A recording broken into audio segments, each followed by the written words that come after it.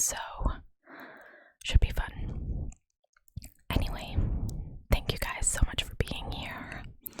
I have an unsolved missing persons case for you tonight.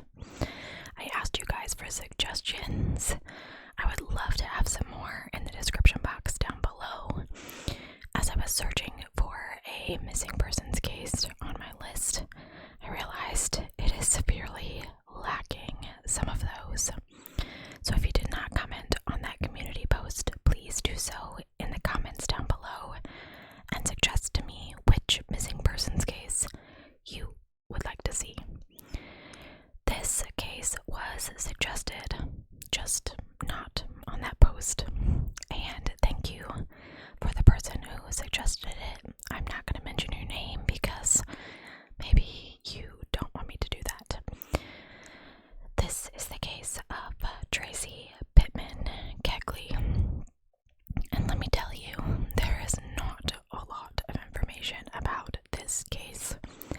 I had to listen to several podcasts in order to get any information, but Traci Kegley was born on March 5th of 1968. Her parents were Stephen and Linda Pittman, and at first she was an only child, but then she was joined by a younger brother. When you ask people to describe Traci, they used words like kind and bright, with a strong sense of drive and determination. Many people also said that she loved to spend time with her family. She had a career as a phlebotomist, which is a person that takes your blood, if you don't know. And when people were asked about how she did at her job, they raved about her work ethic, her reliability, and her efficiency at her job. She was a dedicated employee and described as very professional. She met and married her husband in 1993. His name was Gregory Kegley, and at first they were happy. Everything was great. Traci was working at a lab at this time, drawing blood, and Greg was working at the power company. 2 years after they got married, they welcomed a daughter. I'm not going to mention her name in this video, for her own privacy. In 1997, just 2 years after they had their daughter, Traci and Greg's marriage kinda derailed. They hit a rough patch and decided on divorce. So, at age 30, Traci was a recently divorced mother of a 2-year-old. She was starting her life over, and she wasn't really sure which direction life was going to take her, but she was really hoping for the best. She had moved back in with her parents for the time being so she could get back on her feet. And right before she went missing, she had gone on an interview and landed a new job at a dental office. I didn't make a note, and I should have, whether she was being a dental assistant or a hygienist, but I think assistant because you have to do more schooling for a hygienist, and I think I didn't find much information about that. Traci's divorce had only been final for 16 days at this point, and I really say she was well on her way to starting that new life pretty quickly. So that brings us to April 26th, 1998. The day started off normal, like any other day. As morning faded into afternoon, Traci left her house in the town of Eclectic, Alabama, to run errands with her daughter. The police either don't know or they haven't revealed exactly what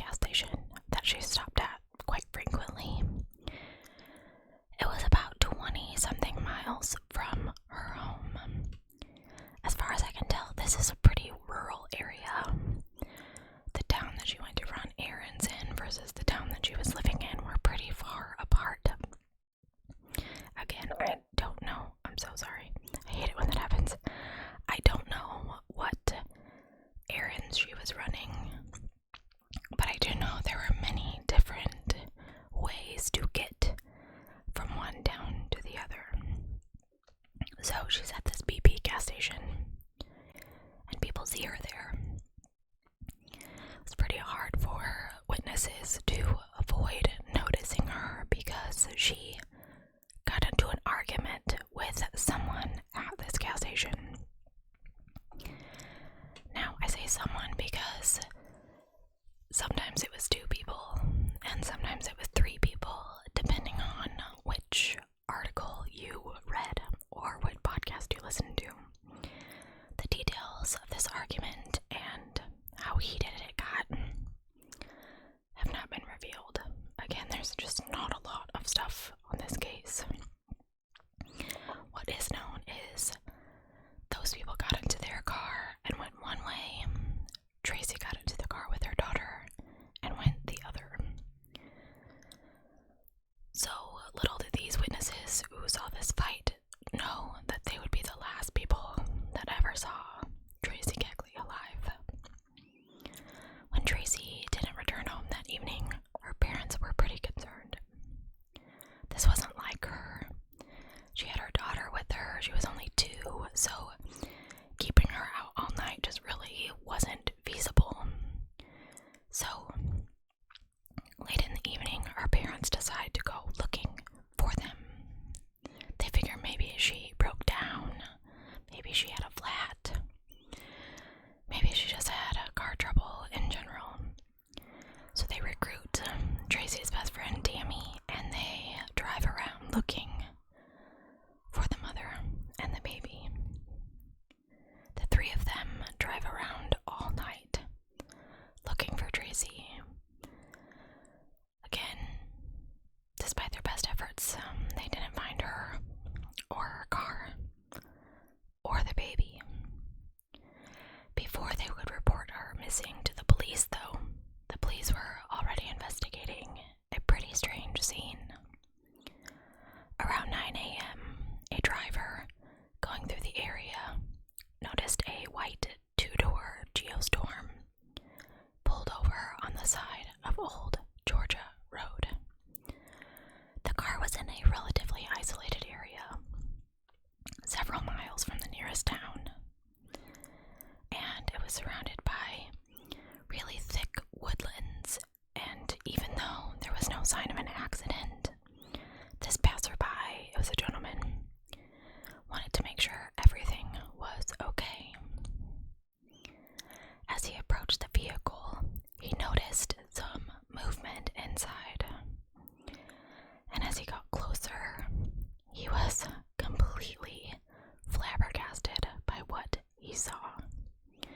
When he looked in the windows, he saw the 2-year-old baby in the back seat, clicked into her car seat, waiting. The passerby, this gentleman, I don't have his name, looked around for Traci. He called out for Traci, and he got no answer. So he immediately contacted the police to help him and investigate this scene. When the police arrived, they were pretty perplexed by what they saw and pretty concerned. From everything I read, the car itself looked fine. There was no damage to the outside of it, as if she'd been hit or run off the road. It was unlocked. None of the tires were flat. The keys were in the ignition, and they were turned to the onward position so the radio could be on at a low level. I don't know if this was to keep the little girl calm or what. The car started right up when the police tried it, and the gas tank itself was full. The windows were down 2 to 3 inches, and even more perplexing was there was no sign of a struggle inside or outside of the car. The police knew it was pretty unlikely that anyone would leave their baby unattended, but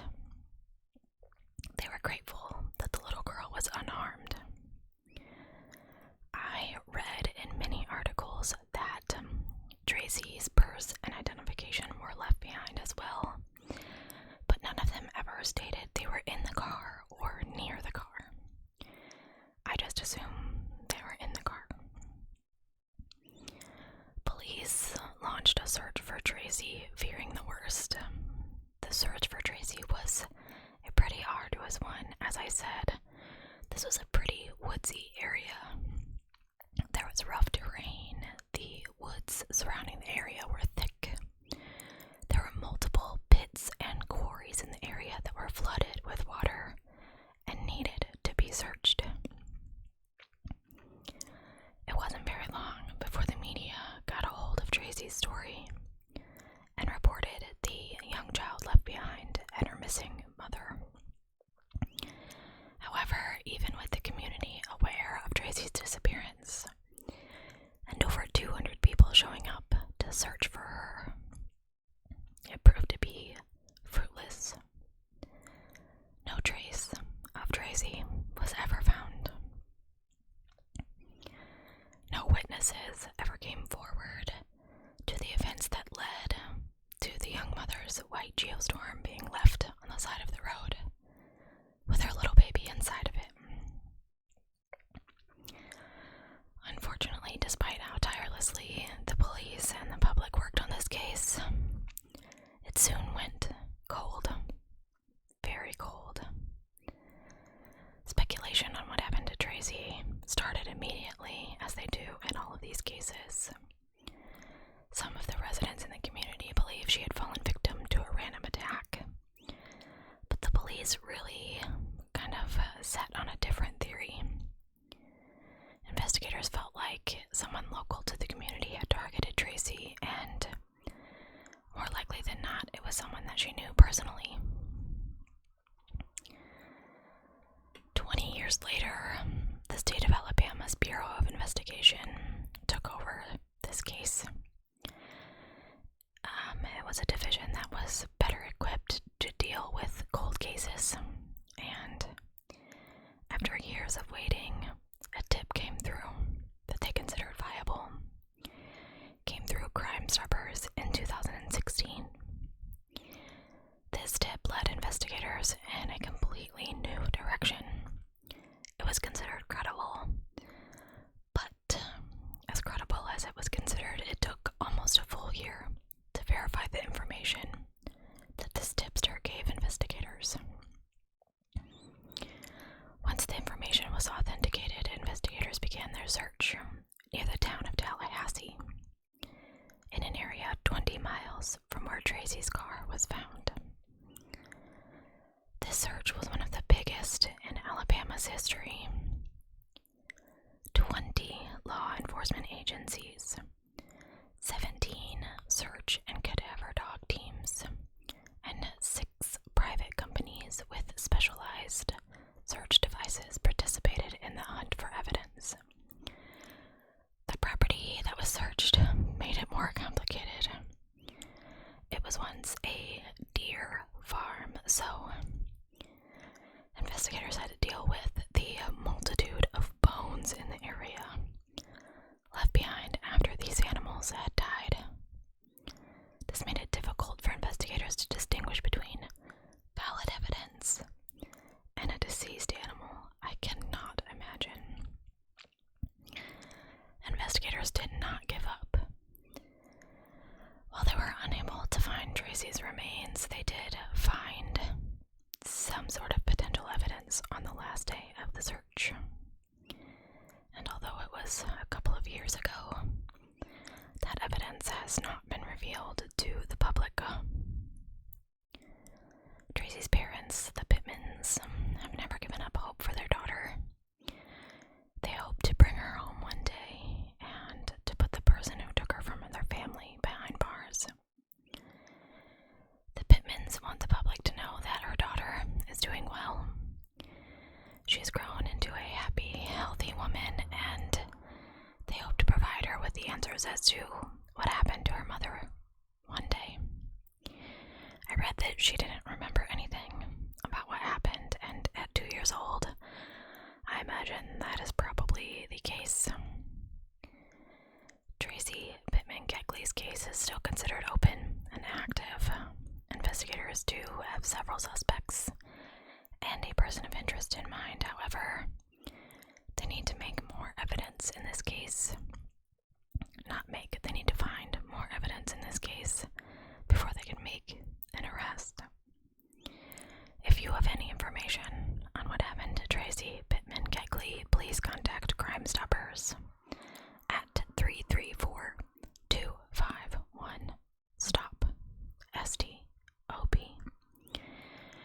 is a reward for information leading to the arrest and conviction of Traci's killer. As I said, this case really did not have a lot of evidence. As far as I could tell, they didn't find anything in or on the car. No sign of a struggle, just a little baby in the back seat. 2 years old to me is still a baby. Locked in her car seat, she couldn't get out. The circumstances around the car are pretty suspicious to me.